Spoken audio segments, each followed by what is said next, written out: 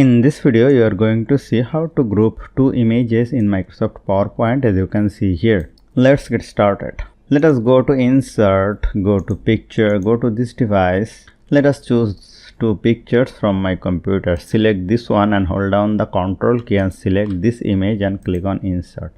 Then the image will be inserted. Here I have two images.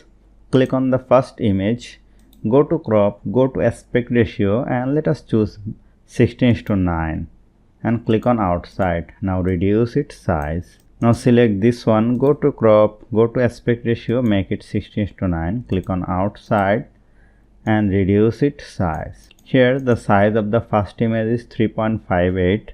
Let us decrease it to 3.5 and select this one, make it also 3.5. Now put it like this.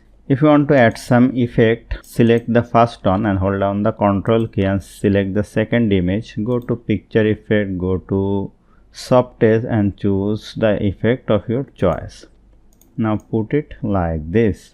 Now select this one, hold down the Control key and select this one. Click on right button, go to Group and group them together. Now you can keep it anywhere. So hope you found this video helpful. If you like this video, please share this video with your friends and family and don't forget to subscribe. Thank you.